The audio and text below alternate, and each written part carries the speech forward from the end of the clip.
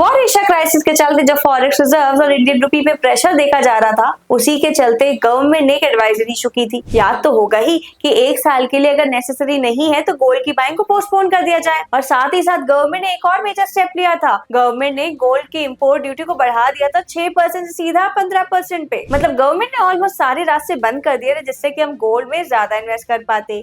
But वहीं अब एक नया रास्ता खुल चुका है जहां पे हम डिजिटल गोल्ड में इन्वेस्ट भी कर सकते हैं और चाहे तो बाद में उसको फिजिकल गोल्ड में कन्वर्ट भी कर सकते हैं। है ना इंटरेस्टिंग? तो क्या है ये इन्वेस्टमेंट एवेन्यू, जानेंगे इस वीडियो में। तो अगर आप गोल्ड में ट्रेडिंग या फिर इन्वेस्टमेंट्स करते हैं तो इस वीडियो को अंत तक जरूर देखिएगा। यहाँ पे हम बताने जा रहे हैं वो एवेन्यू जो कि 18 मई से स्टार्ट होने जा रहा है। ईजीआर क्या होता है? ईजीआर होता है इलेक्ट्रॉनिक गोल्ड रिसीप्ट्स। ये बिल्कुल एक डिजिटल सर्टिफिकेट की तरह होता है जो कि प्रूव करता है कि आपके नाम का रियल फिजिकल गोल्ड एक सेबी रेगुलेटेड वॉल्ट में सेफली रखा हुआ है। मतलब ये कि आप गोल्ड को घर नहीं ले जा सकते बट ओनरशिप आप ही की है। ये बिल्कुल वैसे ही है जैसे हम डीमैट अकाउंट में शेयर्स होल्ड करते हैं। और जानते हैं सबसे interesting part, her EGR is backed by actual real gold. तो यहाँ पे कोई भी वर्चुअल या फिर फेक प्रॉमिसेस नहीं है। ये ईजीआर काम कैसे करता है, आइए इसको स्टेप बाय स्टेप समझते हैं। सबसे पहले गोल्ड डिपॉजिट होता है सेबी रेगुलेटेड वॉल्ट में। स्टेप नंबर 2, जो वॉल्ट मैनेजर होता है उसकी प्योरिटी और वेट को वेरीफाई करता है। स्टेप नंबर 3, अब उसी गोल्ड के अगेंस्ट ईजीआर जनरेट होता है और डीमैट अकाउंट में क्रेडिट हो जाता है और इसको हम एनएससी और बीएससी पे बिल्कुल शेयर्स की तरह बाय और सेल कर सकते हैं।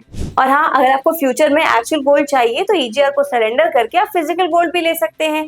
यहाँ पे अमेजिंग डिनोमिनेशंस भी हैं। 1 kg gold, 100 gram gold, 10 gram gold, 1 gram gold और साथ ही साथ छोटे छोटे इन्वेस्टर्स के लिए भी 100 मिलीग्राम गोल्ड भी आप बाय करके चल सकते हो। और जानते हैं अभी प्योरिटी भी फिक्स है, 995 और 999 का प्योरिटी गोल्ड। और सबसे इंटरेस्टिंग पार्ट तो ये है, यहाँ पे गोल्ड ज्वेलरी डिजाइन की कोई टेंशन भी नहीं, ना ही मेकिंग चार्जेस का ड्रामा है। तो ये इन्वेस्टमेंट बिल्कुल सेफ है, सिक्योर है, आपके डीमैट अकाउंट में डायरेक्टली क्रेडिट हो जाती है। तो अभी तक हम गोल्ड पे या तो गोल्ड खरीद रहे थे फिजिकली, या फिर हम गोल्ड ETF में इन्वेस्ट कर रहे थे, या फिर कहीं ना कहीं डिजिटल गोल्ड अलग अलग वॉलेट में इन्वेस्ट कर रहे थे।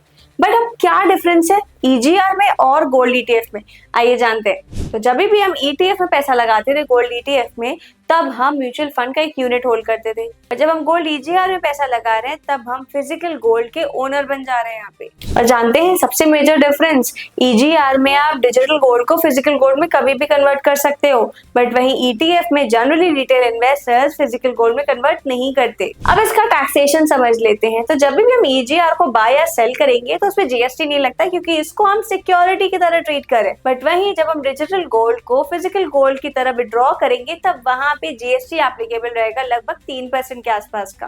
और जानते हैं इसकी टाइमिंग क्या है? सुबह 9 बजे से रात के 11:30 बजे तक, ताकि ग्लोबल गोल्ड प्राइसेस के साथ इसको अलाइन किया जा सके। और इसका सेटलमेंट होता है T+1 वर्किंग डे पे, यानी कि नेक्स्ट वर्किंग डेज का सेटलमेंट हो जाता है। लेकिन जानते हैं इंपॉर्टेंट बात, इसके साथ कुछ रिस्क भी इन्वॉल्व है क्योंकि ये भी नया इन्वेस्टमेंट एवेन्यू है। सबसे पहला रिस्क होगा इसका लिक्विडिटी रिस्क। सेकेंड रिस्क रहेगा कि ट्रेडिंग वॉल्यूम इसमें लो हो सकती है बिकॉज अभी ये नया इंसेप्शन होगा इसका 18 मई से।